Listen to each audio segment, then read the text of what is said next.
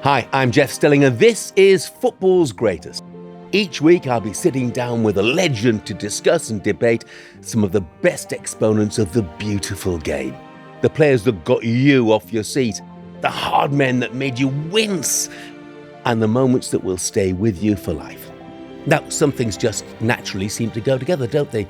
Gin and tonic, Gilbert and Sullivan, Bonnie and Clyde, fish and chips, great partnerships.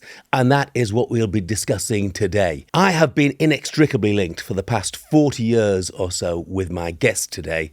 He is, of course, Chris Kamara. Do you remember the first time we worked together at Sky then, Kammy? I do indeed. You've got a long memory then. Oh, no, my first time on the panel, absolutely, a midweek sports special.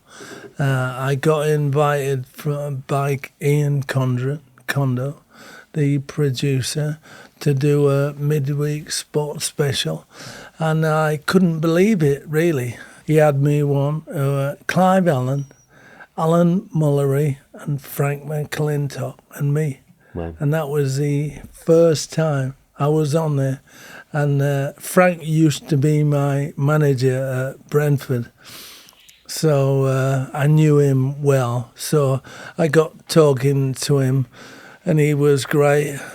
Clive Allen was brilliant as well. And Mullers, I'd met Mullers a couple of times at Fulham, so he was fine. But I just kept thinking, should I be here, But you made me feel so welcome. No, those boys, they were great. All three of those guys, fantastic guys. Yeah. But eventually, you carved out a role for yourself, didn't you? Because everybody who goes to, cover Saturday football as an in-vision reporter now, for whichever channel they work for, they all owe it to you. Yeah. Because you were the original, you were the prototype. Do you remember that Kammy cam we called it? I know. We did a dummy run at Cambridge United. And we still carried on? So me and Colin MacDonald, it was only me and him. He was the cameraman. So Condo had this idea. He put it to you, didn't he? This idea of sending somebody out. And so he rang me and he went, I've had this idea of sending you out to the football grounds. I went, Condo, to be honest, people haven't really got their head round people watching the sets in the studio. And he went, do you want to do it or not? So I went, yeah, of course. So we went to Cambridge. And I was on the touchline, would you believe? It was only a practice. So I was on the touchline. So Roy McFarlane was the Cambridge manager. I was stood literally 2 yards from where he was. So he'd come running out when the ball went out of play and grab the ball near me or whatever. And we'd have a chuckle and a laugh. And they won the game. So I interviewed him afterwards, sent all the footage to Condo, and never heard a word for a fortnight. So I rang him up and I went, have you canned that idea? And he went, no, not at all. We've just been so busy with the show. But are you available for Oxford on Saturday? So Oxford and Cambridge, the first two games. You've got to universities, Kammy. Yeah. Absolutely, yeah. So I got to Oxford. I told Colin MacDonald, we make sure we're early. So I got set up 12 o'clock. Kickoffs at 3 on the halfway line with a great view. So I'm going through it. How do I address Jeff when he comes over? Am I going to be serious or am I going to have a laugh? You go through all those scenarios in your head. We about to go live. Condo sends me a message 20 to 2 for me and you to link up. So great. Just 5 minutes before, the ITV cameraman turns up, who's been doing it for 27 years, and he goes, "You're in my spot." So I went, "Look, there's loads of room. Sky have got the rights to this." "No, I've been doing this for 27 years. You need to move." Just as that, Kondo says, "Right, live to Jeff." So this cameraman decides to walk across the vision. So he walks past, and then he tries to walk back, and I'm holding him off like that. And I've said, "Yeah, it's all right, Jeff." So I slaughtered him afterwards. I went, "Do you realise I was live there? You're in my spot. You better move." So Colin said, "Look, we don't need that if they come back to us. Let's move." So we moved. And you never came back, Jeff. Never came back. So I thought that was it. I phoned Kondo on the Monday and said, "Look, apologies." And on the following Saturday, Soccer AM showed that clip of me holding off the cameraman, right, and talking through that. And then it was alive. Everyone loved it. And they showed that clip. Russ did it when they did my send-off with you at the end. Wow. I never knew it existed. Yeah. I mean, I'll be honest, when it was suggested to me, we already had 4 people talking about football matches that nobody at home could see. So the idea of sending a reporter to a game where he'd stand with his back to the action for most of the time sounded, a bit off to me, a bit absurd, yeah. But it worked, and it brought us some great moments. We've got lots of things to talk about, great moments. And obviously I'm going to pick a couple of them, Kammy, of you at games. The one that the one that everybody will talk about is the red card at Portsmouth. I know. It's great though, isn't it?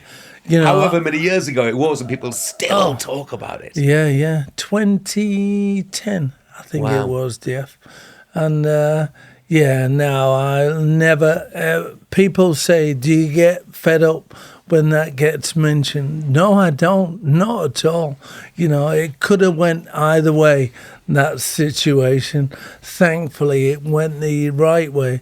But I always think that is the moment that catapulted me into mainstream TV. Yeah. I'd done because TV. It went viral, didn't it? Yeah, I'd done TV bits before, but from then on it just went crazy and wild. I always remember I got to Fratton Park that day, Portsmouth versus Blackburn, and they said, "Oh, you're not allowed in the gantry."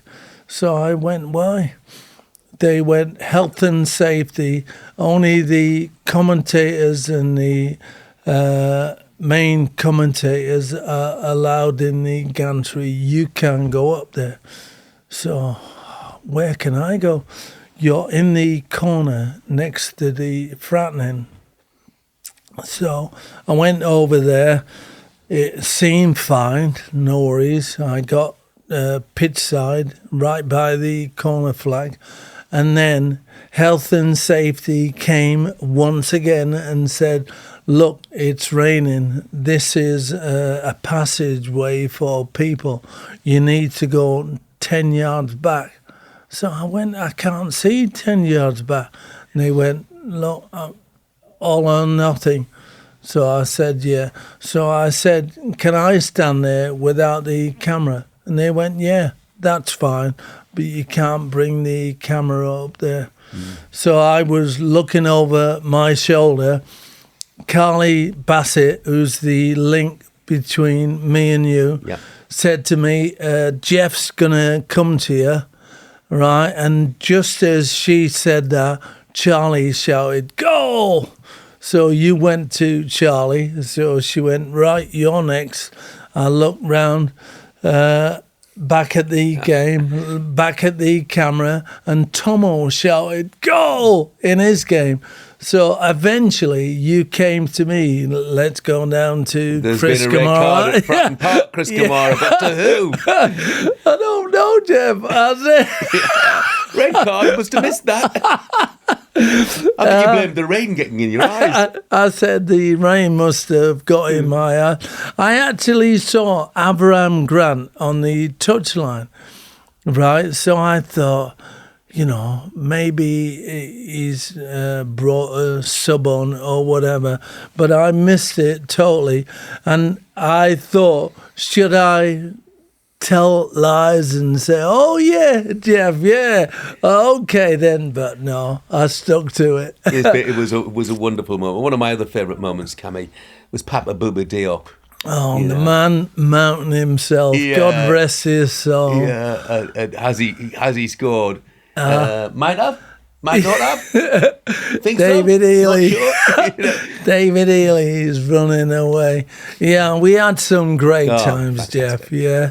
The fighting like beavers, which I meant to say working like beavers, but it came out wrong. Yeah. And you, as quick as a flash, as usual, like beavers. picked up on it.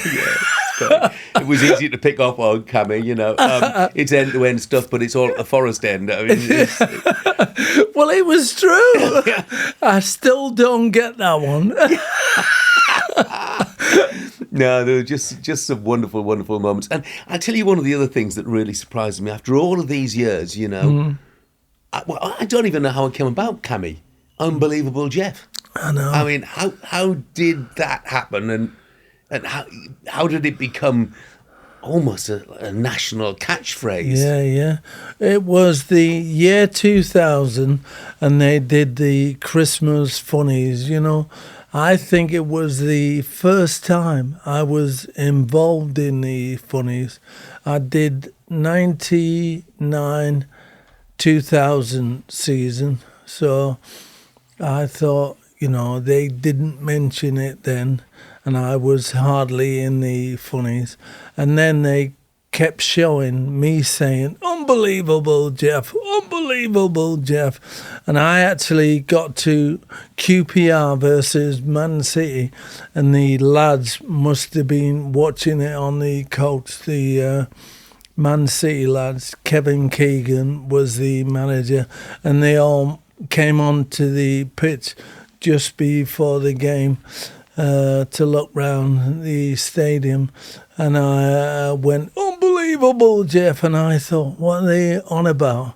And then you'd picked up that I'd been saying it, so it came about without knowing. Yeah, and I'm sure it happens to you. It happens to me. It's what everybody shouts at you is "Unbelievable, Jeff." Yeah, and you've always got to laugh as if they're the first person who's ever said it. Of course, yeah. There are the ones who say it the first time during that day that I acknowledge and say, "Yeah, you're the first of many."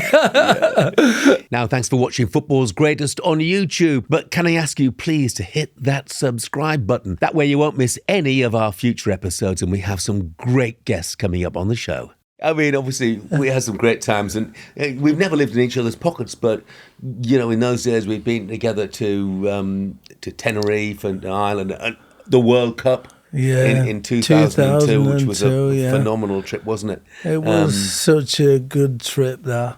I loved it. Absolutely loved it. Spending time with you, watching games. We went to the Ireland game, didn't we? Yeah. And we were like gods, weren't we? Yeah. Amongst it all. Mick McCarthy was the manager. Roy Keane had gone home. From that World Cup, but the boys in green absolutely loved it. I remember going to karaoke after that, and you probably sang "Brown Eyed Girl." Oh yeah, I would imagine. And they dragged me on stage, and all I could think of was singing, "Come on, you boys in green."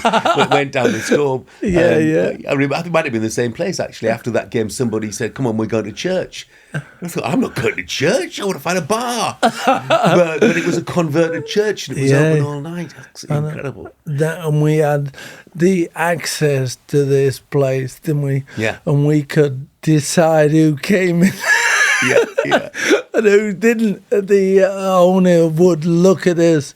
Yeah, let those in, but don't let them in. Yeah, it was a little bar, wasn't it? And he wasn't going to open. And we assured him if we could handpick the people who came in, then he would be okay. So the first 30 were girls.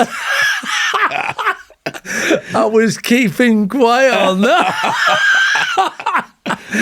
But great times. I was going to come back to some more great times. But then, of course, you were struck down with this illness, and obviously on screen we were concerned. So how did you become aware of what was happening? Well, I knew in my head, Jeff, I'll be honest, 18 months before what was happening to me, but I was in denial.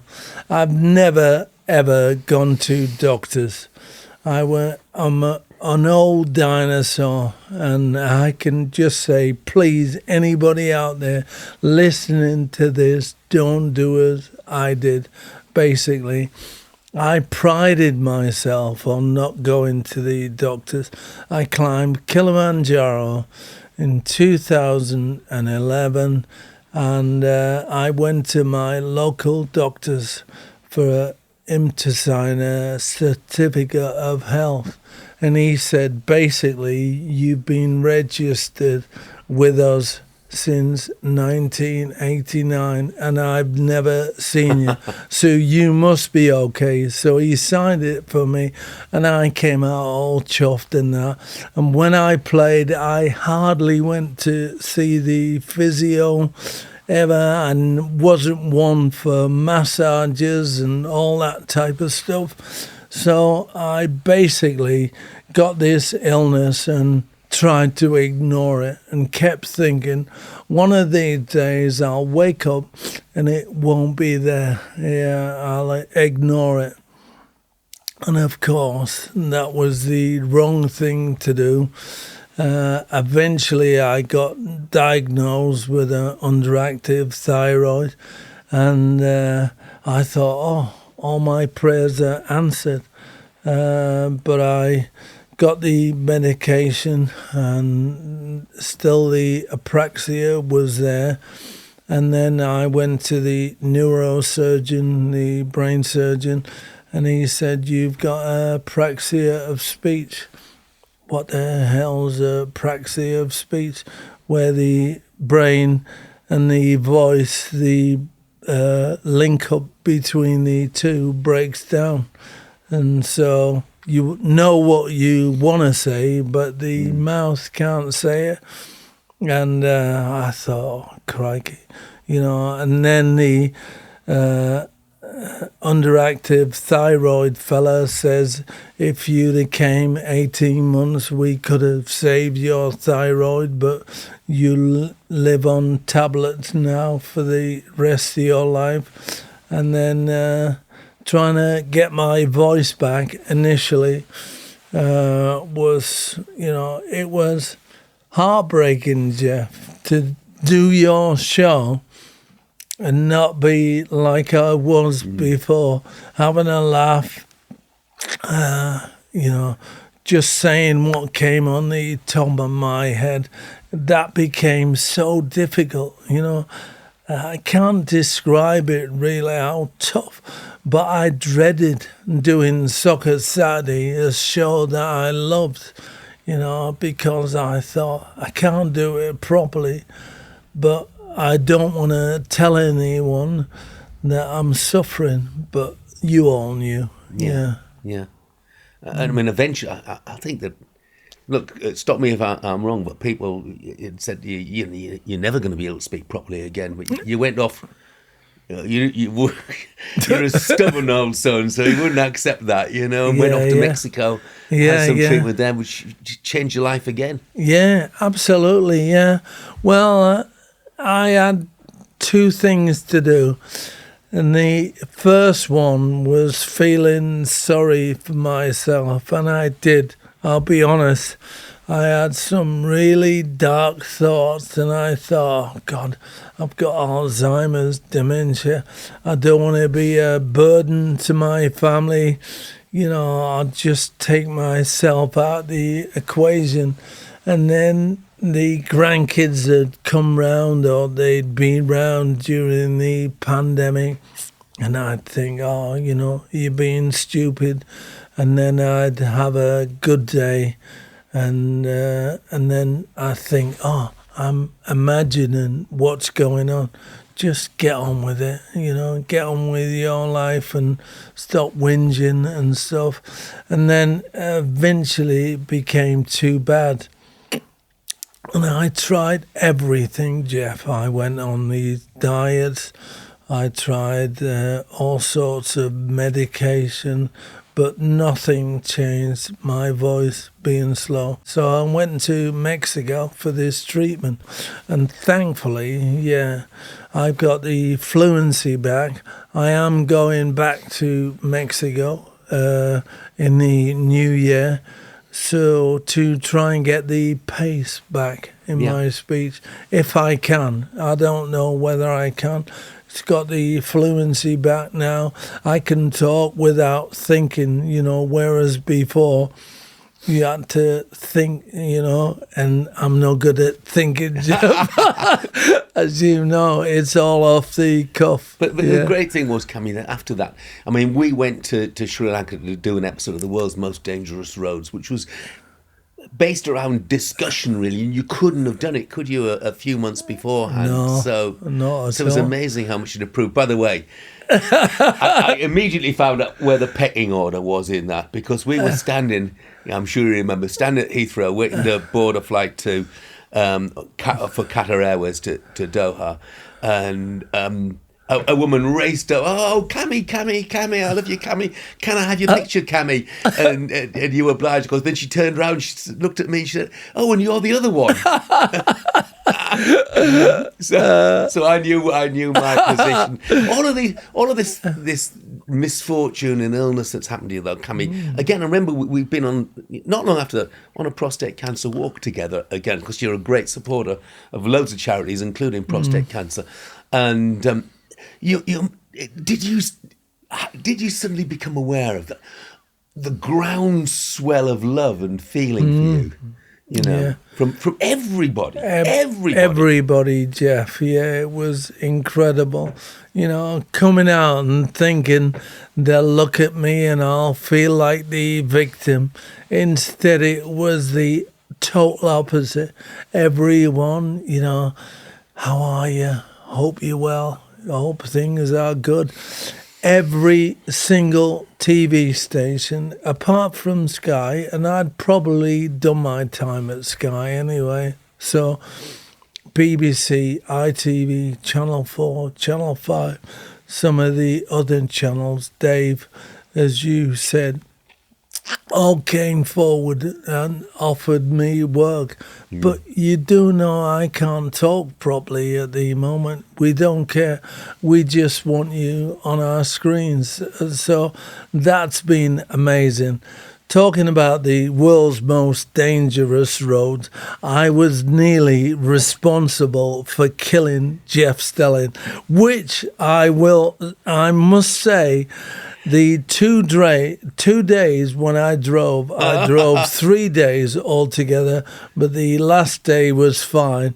But the 2 days when I was dangerous roads, I felt, I was thinking the whole time, please God, don't let me crash, because I don't want to be responsible for killing you. I didn't care about myself. People may not believe it, but honestly, we were so close to being fertilizer in a Sri Lankan tea plantation, the both of us. And I know it's not made the edit, so I say, but on the first day that you're driving, we're up in the jungle, and I was the navigator, and they'd said to me, there's a very narrow path on the left. You might miss it. And lo and behold, we did miss it, didn't we? And you had to turn the car around, which was no mean feat.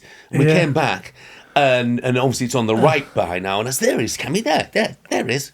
Yeah. There's no path My there. co-pilot. No, there it is. Keep going, Kammy. But it's just trees and over. Keep going, Kammy. And sure enough, we did keep going. And where did we end up? Somebody's garden. Those people had never seen life before. It was unbelievable. There's a house in the middle of the jungle and a little garden, which our 4x4 is suddenly parked firmly. And we couldn't get it out, could we? No, There are not trees at all. everywhere. We had to phone for assistance to get out of there, and they did so well to get out of there. We were winched out of it, destroying half a dozen trees. The best moment of all for me, was when the local fixer, went to the family who were watching, wide-eyed, to offer some money for the damage we'd done to their garden and the trees. And they said, no, we don't see things like this around here every day. Oh, surreal, yeah. St. John was my first manager. Was he, really? He signed me out the Navy for 200 quid. I know I've said it before. Yeah. It still goes down as the worst deal in Portsmouth history. Howard absolutely slaughtered me for not picking up Gary McAllister, and it wasn't my fault, right? But I've got Vinny in my eye line winking at me, knowing that it's him. We better talk about other partnerships because we're going to run out of time. I mean, when people talk to me sometimes about you and I, they refer almost in the same breath to Satan Greavsie. Oh, no. Because I think they were the first What an honour. TV partnership. Yeah. Oh, it is, of course. They changed the face of football and TV. Yeah. I think with their approach, they were the first ones to see humour in the game. Yeah. You're Saint, by the way. Because he was the straight one and the clever one who held it all together. But Greavsie, they were a wonderful partnership. You look back at Trailblazers, and you think they're forgotten about, They were the first ones that started off, ex-players, And the St. John was my first manager. Was he, really? He signed me out the Navy for 200 quid. I know I've said it before. Yeah. It still goes down as the worst deal in Portsmouth history. But, the Saint gave me my debut against Luton. Two Futcher brothers, Ron was marking me. And, I owe the Saint so much. Yeah. Went on to be a big star on TV. I was looking back through some Satan Greavsie episodes, and one real highlight for me was there were a couple of boxers, and they're in the final round when the boxer who's losing, his mum jumps in the ring and started to hit the other guy over the head with a stiletto shoe. And Greavsie said she'll be in with Mike Tyson next. And it was just a great line. They were great. They were fantastic. Fortunate enough to meet Jimmy Greaves when he was alive, and his sense of humour never left him at all, Wonderful, yeah. Clough and Taylor. Oh. Did you have any dealings with Brian Clough? Yeah, I did. I actually had an opportunity to sign for Brian Clough at Nottingham Forest.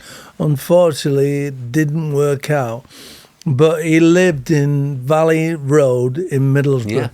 And my mum was brought up 4 doors away from the Cloughs. Wow. And he went out with my mum's sister, my Auntie Gwenny. Right. And he also dated my Auntie Doreen. Did he? But, Had an eye for the ladies, did he? He did at the time, but Gwenny claims she spent more time with him than Doreen.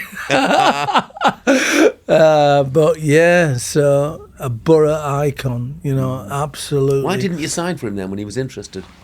I didn't sign because Paul Hart rang me and said, look, Cloughie's interested in signing you.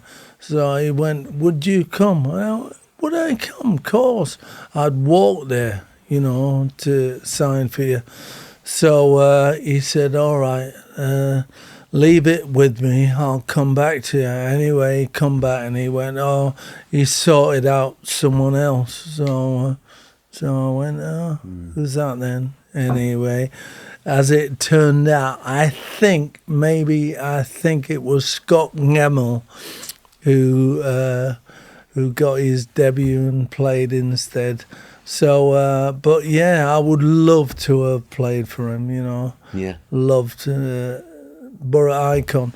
But my first game for Middlesbrough at Ayresome Park, to achieve my ambition as a kid to play at Ayresome Park for Borough was against Nottingham Forest, and Brian Clough was in the dugout. Yeah. How did you go on? We lost 1-0. Steve Stone, I think, scored the winning goal. Yeah. So unfortunately, and Cloughy was in the dugout saying, "Thank goodness I didn't sign it."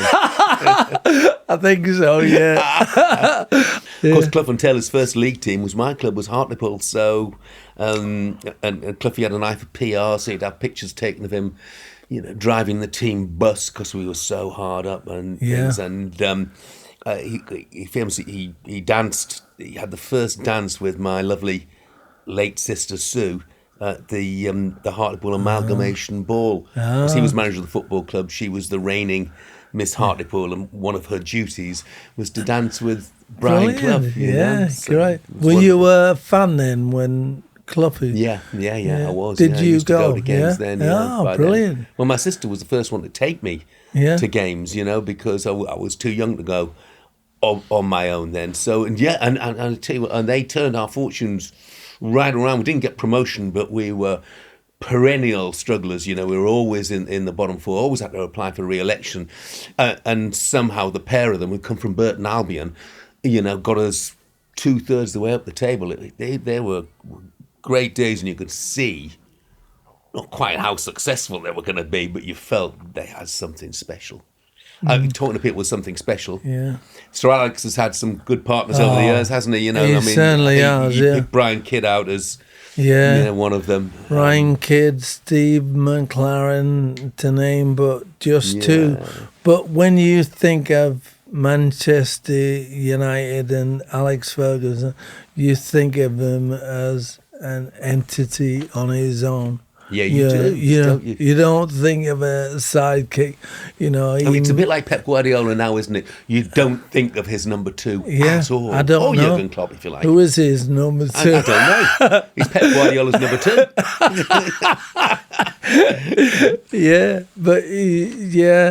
I love Kiddo, and I know what a great job he did, but they were all so in awe of Sir Alex, weren't they?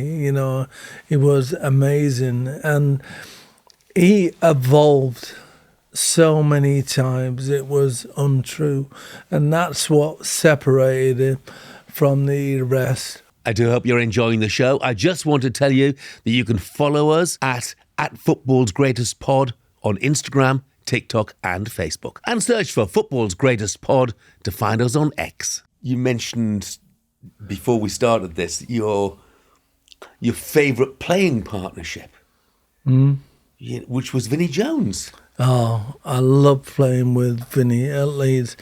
People have this idea of Vinnie Jones that he's just a thug, but he can play. He can actually play.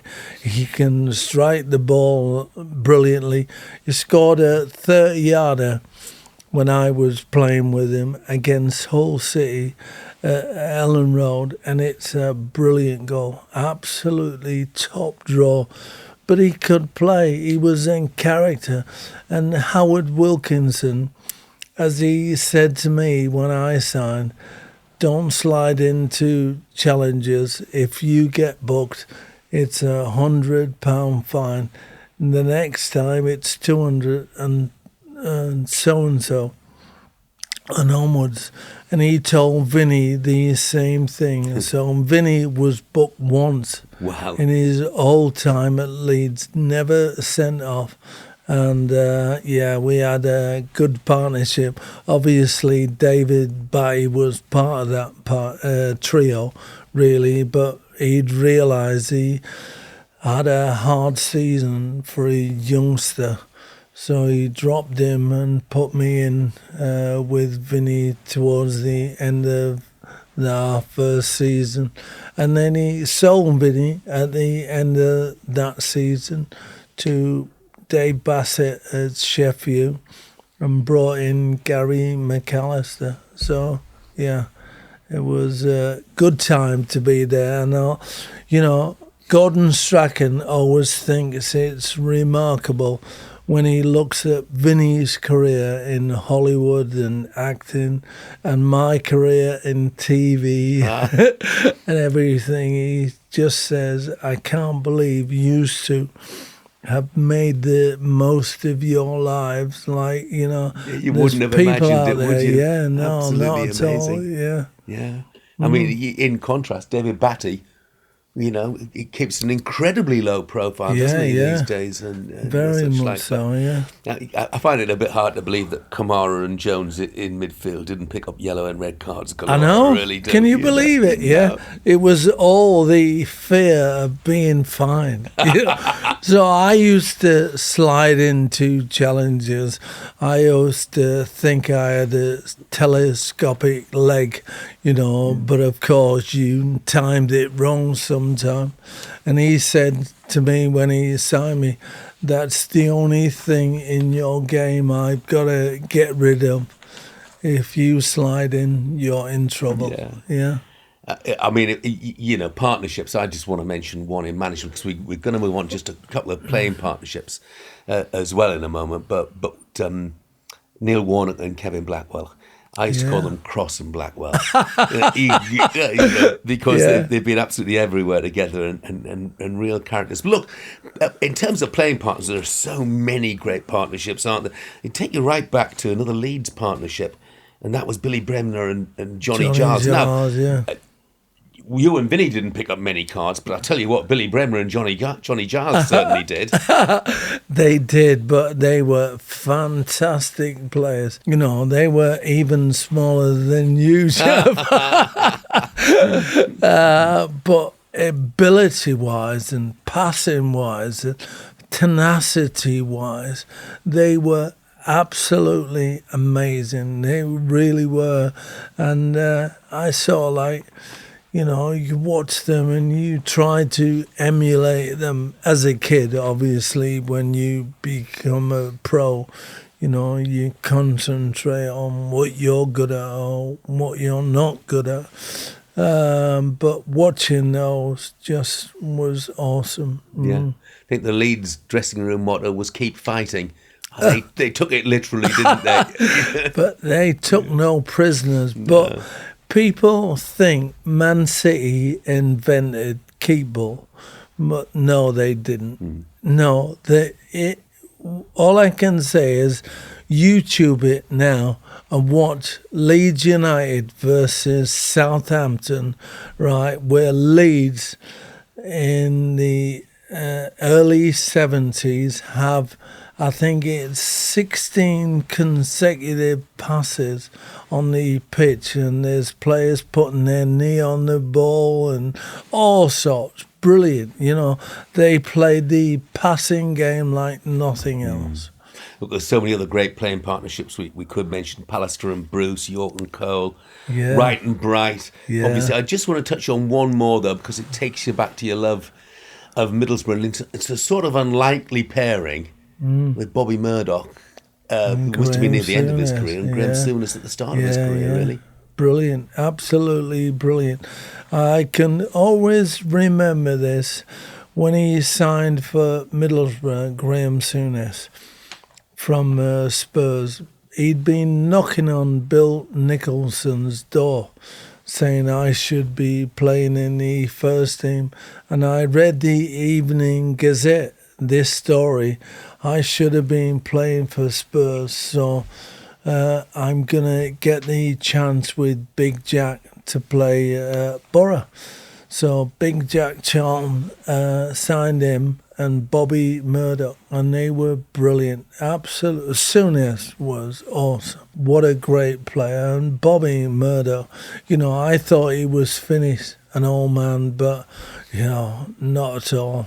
Not at all. One of the Lisbon great Lions, vision, wasn't he? Yeah. And then, Brilliant, yeah. And he was absolutely adored at the Borough, there's no doubt about that. Look, we could talk partnerships all day long, but time's going to be against us, Kammy. So just to finish, we're going to do a quick fire greatest with you. So I'm going to ask you to name 10 great people or moments from your career, okay? So, your greatest manager or coach? Howard Wilkinson. I wish I'd played for him earlier in my career. He would have been one of the greatest managers of Leeds United, but he didn't evolve. He had all those great youngsters, Woodgate, Kuehl, all coming through, and that should have been his opportunity to do a Sir Alex Ferguson and bring them into the first team. Yeah. But he didn't do that, and, I think that was his downfall. Who's your greatest teammate, Kammy? Greatest teammate, I'd probably have to say Gordon Strachan. Yeah, without a doubt. I learned so much from Gordon. Yeah, Gordon was a great pro, and the biggest tribute I can pay to him is he didn't just look after the players, he looked after the players' families.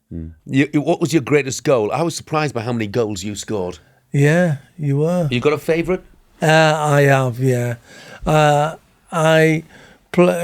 My ambition to play for Borough, my dream to play for Leeds, but I scored at Ellen Road against West Brom. Gordon Strachan took a corner from the right-hand side, and a diving header. I flew through the air. Brilliant. I can see it now. Look it up on YouTube. I will. What was your greatest match? Was that your debut, or?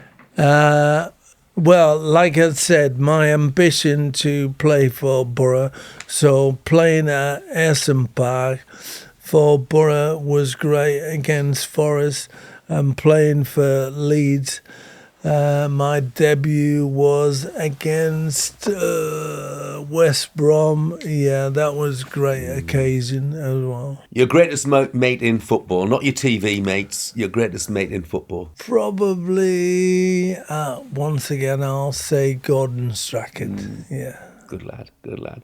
You go back along with Steve Gibson as well, don't you? Oh, of course, yeah. Well, as a non-footballer, Steve is like my brother from another mother. We got on great, Steve and I. Your greatest rollicking, and I think we can exclude anything from Anne in this. One of the biggest rollickings I've had when I shouldn't have got it was half-time in the Leeds-Leicester game. Gary McAllister scored a goal from 25 yards. We went 1-0 down at half-time. And in the dressing room at half-time, Howard absolutely slaughtered me for not picking up Gary McAllister, and it wasn't my fault, right? But I've got Vinny in my eye line winking at me, knowing that it's him. So I thought, right, I'll keep stum. Went out at half time and said to Vinny, why didn't you help me out there? He went, nah, you can handle it better than me. We won the game 2-1 with a late goal from Gordon Strachan when I missed a complete sitter in that game. So Gordon bailed me out, thankfully. Right. I don't know if you've got any of your greatest regrets. No regrets, Jeff. That's the thing about history, you know. You cannot change the course of history in your life. I wouldn't be where I am today, even if, God forbid, I'd have had dementia or Alzheimer's like I thought I had. Would I have changed my career? No, I wouldn't. I've enjoyed every minute of it. Thankfully, I haven't got those illnesses, but yeah, I wouldn't change a thing, Jeff. 2 to go. Your greatest roommate? Greatest roommate, Mel Sterling, right? So Howard used to put me with Mel because he knew I could go to sleep in the afternoon or have an evening. But Mel would be wanting to go down the bookies to watch the horse racing. So just the last one, Kammy, and it might be something that you've already told us, I'm not sure. Your greatest moment?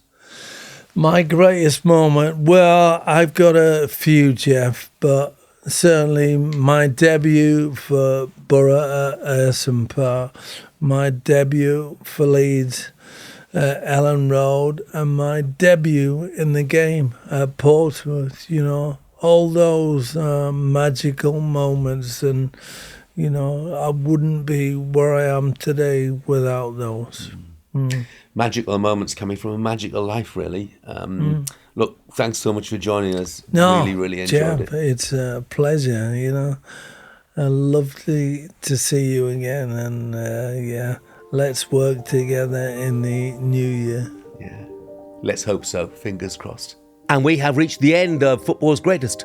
My thanks to Chris Kamara for joining us today. Next time on Football's Greatest, we're down in Brighton to see James Milner. You're going to have times in your career people don't rate you, you're going to get criticism, you're going to have bad games, you're going to have headlines like that. And it's, how do you use that? Do you shy away from it, or do you use it as fuel? Do you use it to drive you on? Remember to subscribe to the show on YouTube and follow us on your favourite podcast platform. Thanks for joining us. Football's Greatest is a folding pocket production with BBC Studios.